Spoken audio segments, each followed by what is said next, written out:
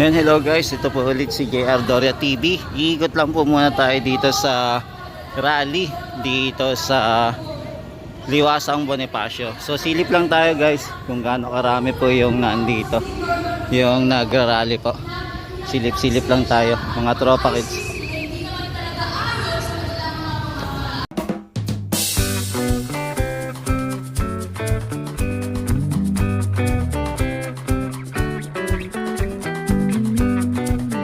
Makita pa natin siya ay buhay na ibabalik dito. Iyon ang ating matindi at masinsinang mga dalangin ng pagkakaisa. Mga kababayan, para po sa ating mga God-fearing and law-abiding citizens, mahal na mahal po natin si Pangulong Duterte. Sapagkat ginawa niya ang kanyang tungkulin. Yan, ikot-ikot muna tayo guys ha. Silip-silip tayo dito sa event dito sa Liwasang Bonifacio. Sa mga CPP-LDF na pumamatay na walang habas, si Pangulong Duterte ay naging kalaban nila at ginagawa pang narrative na sila ay mas mabuti kaysa sa ating Pangulo at ngayon ay lumugar sa panahong ito. Hindi karapat-dapat. Yan, kung mapapansin natin, mas marami palang umattend dito ngayon kaysa doon po yung time ni Kibuloy. Medyo marami-rami pa. Sa Kingdom of Jesus Christ at kay Pastor Apollo Kibuloy. Remember po, the 16 days siege sa aming compound. Religious compound po. Ang karangalan po namin, ang aming pong dignidad ay ninakaw ng mga taong nasa kapangyarihan na naging lawless at naging illegal ang kanilang ginagawa. Ang kanila pong palaging sinasabi, whether you like it or not, gagawin namin ito sa inyo.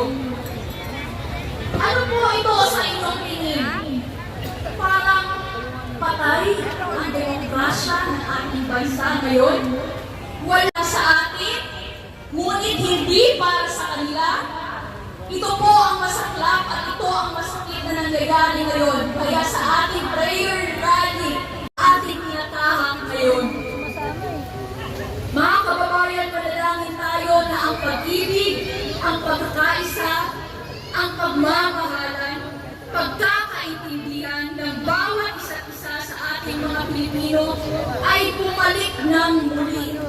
At bigyan tayo ng tagapamahalang katulad ni Pangulong Duterte na bigyan ng pusong may dangal, mayroong pag-ibig sa kanyang sinasakupang mga mamamayan.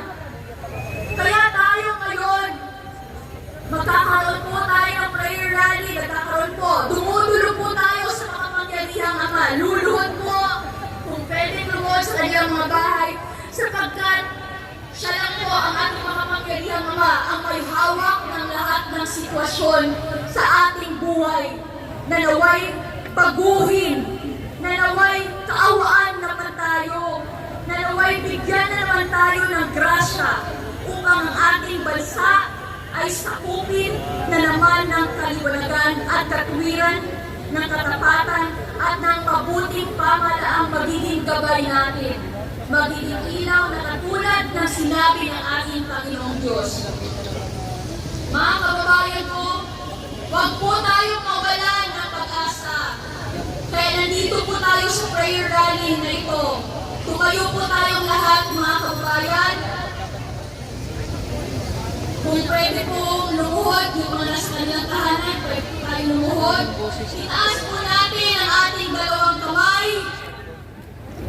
Linisin po natin ang ating mga puso at dumalangin sa ating makapangyarihang Ama na naway ang grasya niya at ang pag-ibig niya ay muling manaig sa ating lupang silangan, ang ating mahal na bansang Pilipinas. Itaas po natin ang ating mga boses, dumalangin po tayo sabay-sabay mga kapatid sa ating makapangyarihang Ama, sapagkat sinabi niya, ask and it shall be given, seek and you shall find, knock and it bubuksan. Maghanap ka at ika'y makakatagpo. Humingi ka sa ating mga pangyarihang Ama at ikaw ay bibigyan. Sinabi niya, sapagkat ang lahat ng humihingi, bibigyan. Ang naghahanap ay makakatagpo. At ang kumakatok, bubuksan para sa kanila. Kaya ngayon tayo ay humihingi sa ating Amang makapangyarihan ng kapayapaan, ng katuwiran, at mabuting pamamahala sa ating bansa. Naghahanap tayo sa bansang ito ng katahimikan, ng kahusayan, at ng katuwiran sa ating bansa, lalong-lalo na sa pamamahalang ito. At tayo po ay kumakatok sa kaharian ng Diyos sa mga sandaling ito, Amang makapangyarihan. Buksan po ninyo at ibigay niyo po ang biyayang aming hinihingi. Sapagkat sinabi niyo po, ang lahat ng humihingi ay inyong bibigyan. Lahat po ng kumakatok ay bubuksan at lahat ng naghahanap ay makatatakbo. Ngayon, ang panahong ito upang tayong lahat, ang buong Pilipinas, lalong-lalo na dito sa pamumuno natin sa Liwasang Bonifacio, ay magtaas ng ating kamay at gabayan tayo ng ating dakilang Ama. Alisin ang kadiliman dito. Alisin ang mga nagdudulot ng kadiliman at ang isang mabuting pamamahala ang kanyang ihandog at ibigay sa atin upang tayo ay tunay na makaramdam at magkaroon ng karanasan ng tunay na bagong Pilipinas.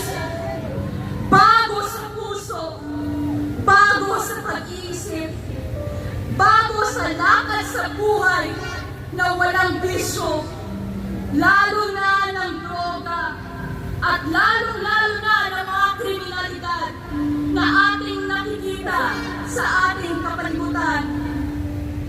Naway gabayan tayo ng ating dakilang Ama. Pangunahan tayo at basbasan tayo sa ating mga dalangin ngayon. At ako naniniwala sa pamamagitan ng anak, ang kasagutan ay kanya lang ipinagkaloob sa atin sa mga sandaling ito.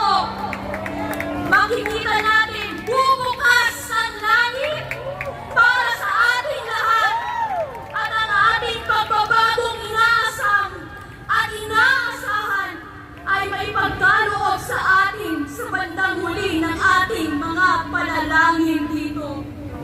Makikita natin ito at tayo ay kanya-kanyang magpapasalamat sa Kanya sapagkat hindi po patay ang ating Diyos. Siya po ay buhay na nakikinig sa ating mga dalangin. Kaya ito ngayon ang ating pagkakaisa at magkapit-bisig tayo, magkaisa ng puso't layunin at hingin natin ang gabay ng ating dakilang makapangyarihang may kapal na tayo ay kanyang gabayan sa tunay na landas ng kaliwanagan, katapatan at pag-ibig at mabuting pamamahala. Huwag po ninyong kalimutan ang ating mahal na Pangulong Duterte na nasa Netherlands ngayon, Ama. Huwag niyong kalimutan si Vice President Sara, ang kanyang pamilya, ang pamilya ng ating Pangulong Duterte, ang kanya pong asawa, mga anak na siyang nagtatanggol sa kanya. Nakita natin kung ano ang nangyari sa kanya doon sa Villamor Air Base. Wala pong kagalang-galang, walang respeto na hinila ang kanyang mga kasamahan. Pati siya ay pinagsabihan pa ng hindi maganda. Hindi po ito gawa ng Diyos. Ito ay gawa ng masamang espiritu. Talagang sinisingil ni Satanas na nagkatawang tao ang mga taong ginagamit ng Diyos sa kaliwanagan upang ang peace order at ang kasaganaan ay mapapasa ating bansa. Ayaw talaga sa talasyon.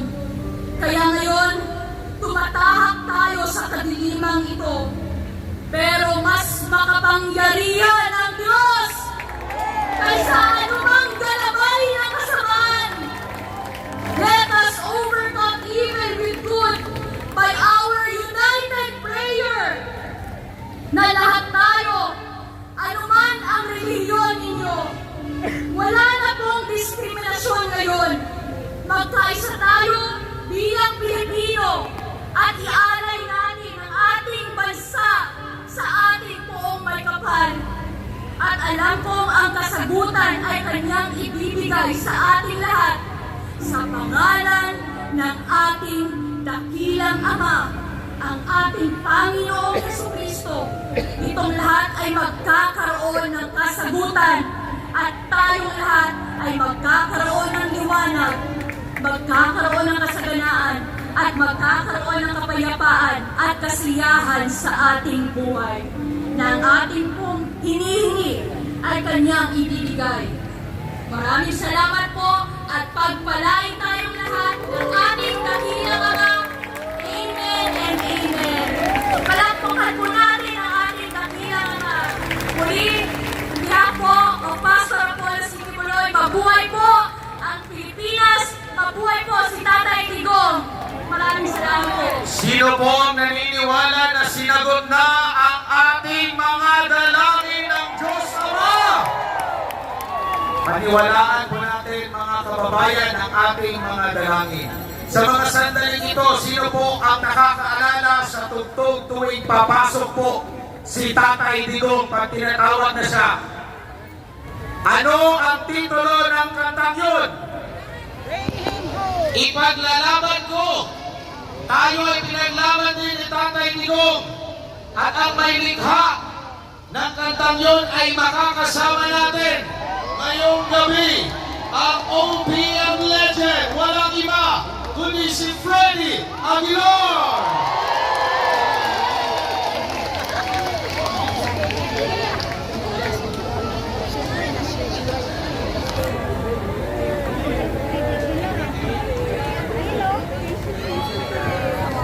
Magandang gabi po sa inyo lahat.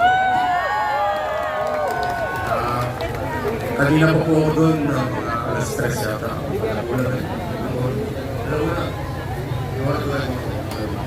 Kanina pa po kami doon at katulad din po ninyo kami po ay hindi na pagkakatulog ng tama mula nung trinaidor po nila yung minamahal natin Pangulo. Kauna-unahang Pangulo na talagang nagdulot ng tunay na pagbabago sa bansa natin. Ay ginastos pa po ng mga traidor.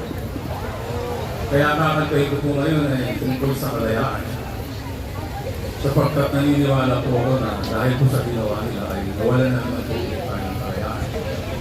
Sa mga salita po ay inagaw na naman nila sa atin yung ating pinaglaban ng ating itinakbo ang kaibigan natin sa Digong kung tawagin namin mga close sa kanya. Kaya kakantay ko po sa inyo lahat ito at kung gusto po itong sumabay ay okay ako.